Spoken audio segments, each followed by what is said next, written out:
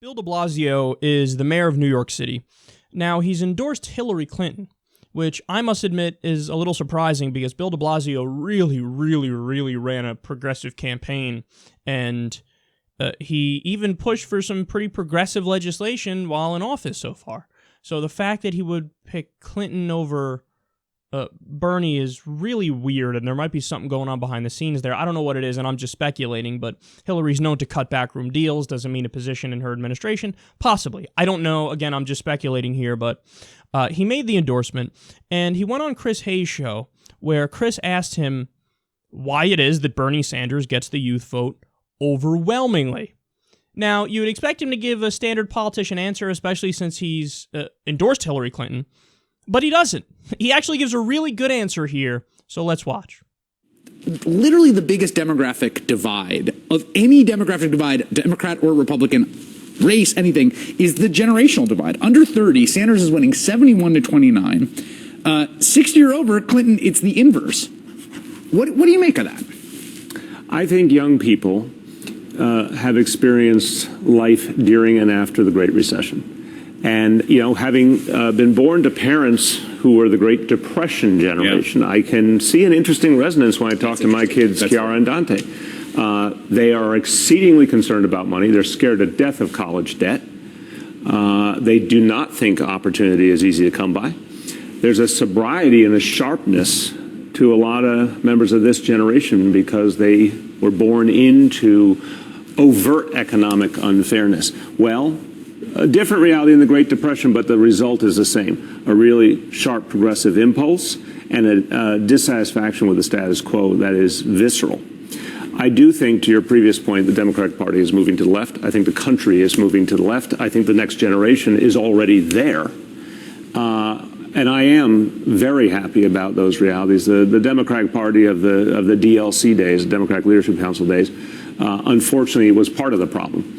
And that impulse had to be weeded out of the party, and it's happening now, and a lot of that is coming from the next generation. That is a better answer than they're naive idealists, which is the answer I hear a lot, right? I mean, people say, well, sure, generationally, you know, you think these things, and then you get knocked around by life. I think they're very sober and realistic. Yeah, in some ways the opposite, right? Yeah, no, I actually think it's based on lived experience. Yeah. And by the way, do you know a lot of people who would say, you know, do you know a lot of folks in their 40s, 50s, 60s would say, oh, the next generation is going to have it better than me?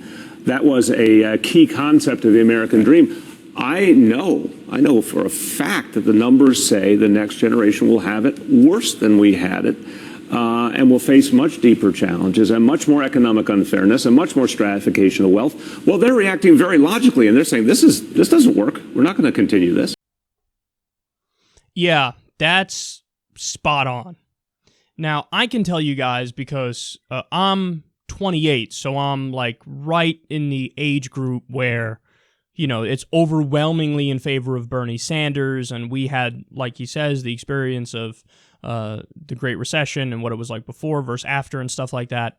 And I remember from when I was a kid in the 1990s, you would learn about in school the previous wars that we had and the struggles and all this stuff, and, you know, being naive, a naive little kid, I thought, well, oh, okay, I guess we're pretty much over with that, like, savage, barbaric time in humanity where there's wars and, you know, there's overt racism and people hate each other and all this stuff.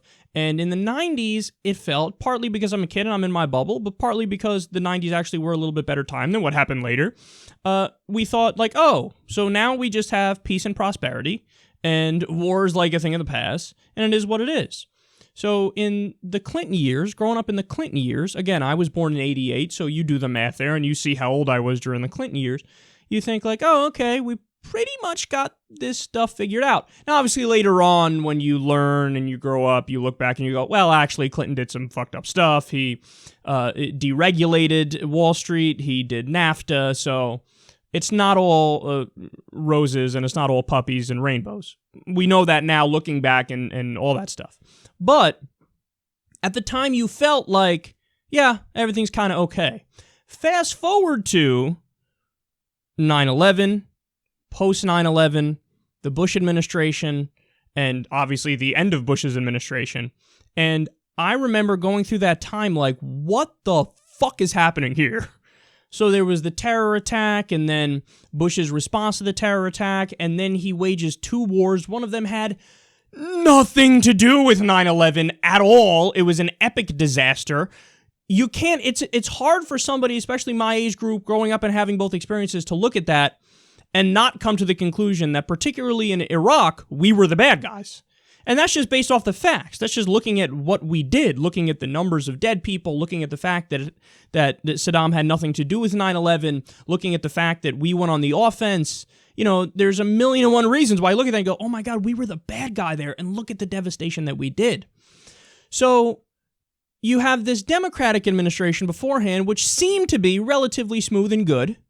Then you had Bush, which was an absolute disaster. And then remember the economic crash when he's leaving office, the Great Recession and the subprime mortgage crisis, where we're bleeding 800,000 jobs a month. Over his 8 years in office, he net lost 646,000 jobs, which is insanely bad. That Jimmy Carter's maligned as a bad economic president. He created over 1 million jobs. Bush lost 646,000 in 8 years in office when Jimmy Carter only had 4 years. So we saw a Democratic administration that was relatively decent, and then a Republican one that fucking tanked the country, waged a war on the wrong country, got us trillions of dollars in debt, and crashed the economy. How the fuck can a millennial vote for a Republican?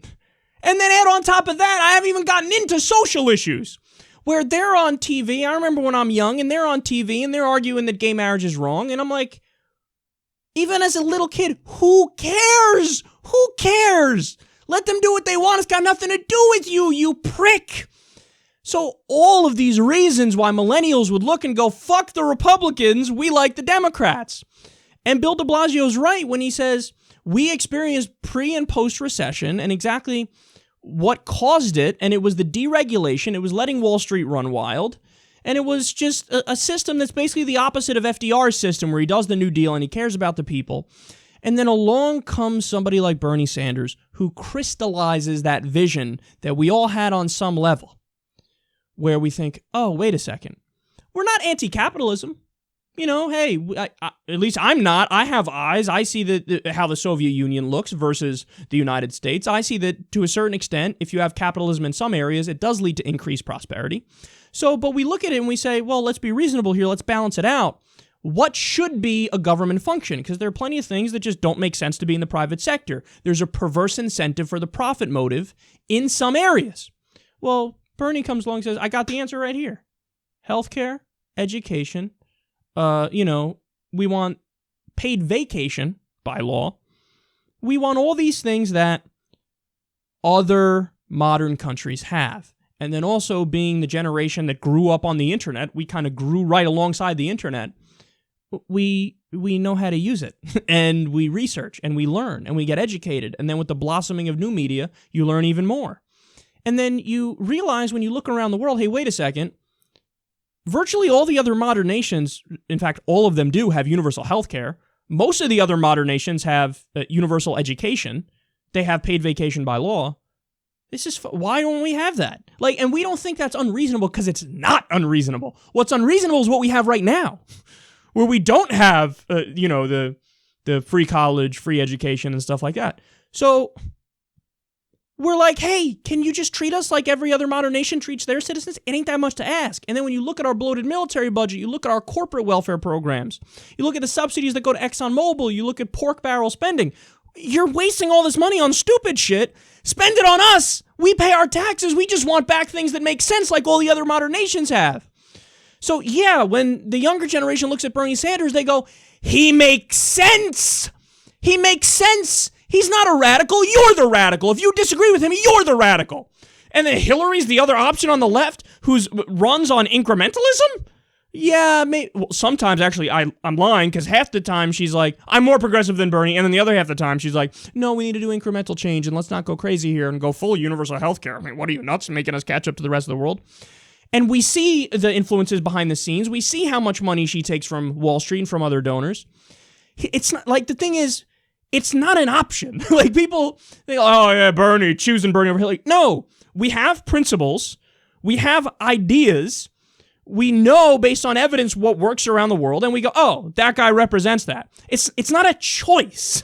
It's just, oh, that guy is better objectively, empirically, with what he wants to implement. So that's why we fucking support Bernie Sanders, because nobody else even has a vision. What fucking vision do we have, especially on the Republican side? What vision? What vision? You tell me. What vision do they fucking have? What vision? What is Donald Trump really gonna do in office? Nobody knows. You want to know why? He contradicts himself all the fucking time. He's a xenophobic, racist, bigoted prick who's, kick out 11 million, 12 million undocumented immigrants, even though most are good people that just work hard. Ban all Muslims from the country. Do violence at my rallies against minorities? I'm not saying you should do it, but maybe you should do it. And on economics, I'm right-wing now I'm left-wing, and forget trade deals, they suck. Nobody knows what he would do. There is no vision. He's an authoritarian through and through. And Ted Cruz, what's his vision? Making America the Christian Saudi Arabia. That's what it is, and selling out to his donors. Hillary Clinton, like I said, incrementalism, maybe. I'll give you a little bit, but maybe not, because I got these other donors that I have to please because they've given me so much money that I'm beholden to them. It's not a choice. It's like a bus full of fucking clowns with one sane person. That's why we support Bernie, because Bernie's right and they're wrong.